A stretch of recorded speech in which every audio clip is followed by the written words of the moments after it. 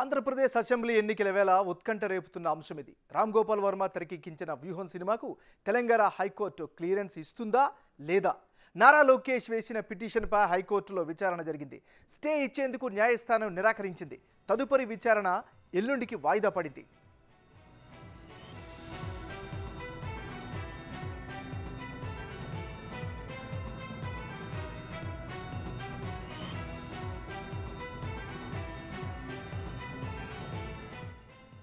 Bulletin మనకు breaking news చూస్తున్నాం. Andhra Pradesh assembly ఎన్నికల వేళ ఉత్కంఠ రేపుతున్న అంశంగా పరిగణించవచ్చు. ఎందుకంటే రామ్ గోపాల్ వర్మ తెరకెక్కించినటువంటి వ్యూహం సినిమాకు తెలంగాణ హైకోర్టు క్లియరెన్స్ ఇస్తుందా లేదా అనేటటువంటి అంశం అయితే ఇప్పుడు సర్వత్రా ఆసక్తికరంగా మారింది. ముఖ్యంగా నారా లోకేష్ వేసినటువంటి పిటిషన్పై హైకోర్టులో విచారణ అయితే జరిగింది. కానీ స్టే ఇచ్చేందుకు మాత్రం న్యాయస్థానం నిరాకరించింది. తదుపరి విచారణ ఎల్లుండికి వాయిదా పడింది. సో ఓవరాల్గా చూసినట్లయితే ఇది హైకోర్టులకు సంబంధించినటువంటి వ్యవహారంగా మనం చెప్పుకోవచ్చు. అదేవిధంగా ఈ రామ్ గోపాల్ వర్మ సినిమాకి సంబంధించి ఇప్పటికే అటువైపు తెలుగుదేశం కార్యకర్తలు కావచ్చు, లేదా జనసేనకి సంబంధించినటువంటి కార్యకర్తలు కూడా తీవ్రంగా అభ్యంతరం వ్యక్తం చేస్తున్నారు. నిన్న మనం చూసాం, హైదరాబాద్లో ఉండేటువంటి ఆర్జీవీ తన యొక్క ఆఫీస్ ముందు చాలా రచ్చ చేశారు, హడావిడి చేశారు, ఆందోళన చేశారు. ముఖ్యంగా పవన్ కళ్యాణ్, చంద్రబాబు నాయుడు, లోకేష్ వీళ్ళు ముగ్గురు ముఖ చిత్రాలను ఉంటూ ఒక బర్రెలకి ముందు పెట్టి దాంతో రిలీజ్ చేసినటువంటి పోస్టర్ కూడా చాలా తీవ్రమైనటువంటి ఆందోళనకి దారితీసింది. సో ఓవరాల్గా చూసినట్లయితే ఏం జరుగుతుంది, ఏం జరిగే అవకాశం ఉంది, ఇది సర్వత్రా ఆసక్తిని అయితే రేకెత్తిస్తున్నటువంటి పరిస్థితి కనిపిస్తుంది. రైట్, మరి ఈ అంశానికి సంబంధించి మరింత తాజా సమాచారాన్ని అందించేందుకు మా రిపోర్టర్ రానా లైవ్లో సిద్ధంగా ఉన్నారు. రానా, చెప్పండి, మీ దగ్గర ఉన్న అప్డేట్స్ ఏంటి? నారా లోకేష్ హైకోర్టుకు వచ్చినటువంటి నేపథ్యంలో ఈ సినిమా పైన స్టే విధించాలనేసి కూడా ఆయన ఒక పిటిషన్ వేశారు. ఆ పిటిషన్ని ఇవాళ హైకోర్టు స్టే ఇవ్వడానికి నిరాకరించి తదుపరి విచారణ ఈ నెల 28కి వాయిదా వేసినటువంటి నేపథ్యం అయితే కనపడుతుంది.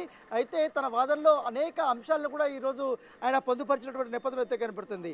ఏదైతే నారా లోకేష్ తరపున వాదించినటువంటి సీనియర్ న్యాయవాది మురళీధర్ రావు కొన్ని అంశాలని ప్రస్తావించారు. ముఖ్యంగా వ్యూహం సినిమా కేవలం పొలిటికల్ అజెండాతోనే వాళ్ళు రూపొందించారంటూ కూడా ఆయన కామెంట్ చేశారు. దాంతోపాటు టీడీపీ, జనసేన, కాంగ్రెస్ నాయకుల్ని డిఫెండ్ చేసే విధంగా కూడా ఇందులో వారు సినిమా తీశారు. దాంతోపాటు స్కిల్ డెవలప్మెంట్ స్కామ్లో ప్రస్తుతం కోర్టులో ఉంది, కానీ దాన్ని కంటెంప్ట్ ఆఫ్ ద కోర్టుగా పాల్పడి చంద్రబాబుని కిక్ బాక్స్ వచ్చాయనేసి కూడా దాంట్లో చూపించారంటూ కూడా ఆయన కొన్ని వాదనలు కూడా వినిపించిన నేపథ్యం ఏర్పడుతుంది. దాంతోపాటు కేవలం వీరు మాత్రమే కాకుండా చంద్రబాబు నాయుడు, పవన్ కళ్యాణ్, నారా లోకేష్ మాత్రమే కాకుండా ఈ సోనియా గాంధీ, మన్మోహన్ గాంధీ చనిపోయినటువంటి రోషయ్య పాత్రలు కూడా చాలా నెగిటివ్గా చూపించారనేసి కూడా మాకు సమాచారం ఉందనేసి కూడా వారు ప్రస్తావించినట్టు తెలుస్తుంది. దీంతో పాటు సెన్సార్ బోర్డు పైన కూడా దీనికి మేము ఫిర్యాదు చేసాం, దానిపైన ఒక కమిటీ కూడా వేశారనేసి కూడా వారు కోర్టులో స్పష్టంగా చెప్పినటువంటి నేపథ్యం అయితే కనపడుతుంది. దాంతోపాటు వీరు ముగ్గురు పవన్ కళ్యాణ్, చంద్రబాబు, నారా లోకేష్ను కించపరిచే విధంగా కూడా దాంట్లో సన్నివేశాలు ఉన్నాయి, కొన్ని వ్యాఖ్యలు, డైలాగ్స్ కూడా ఉన్నాయి.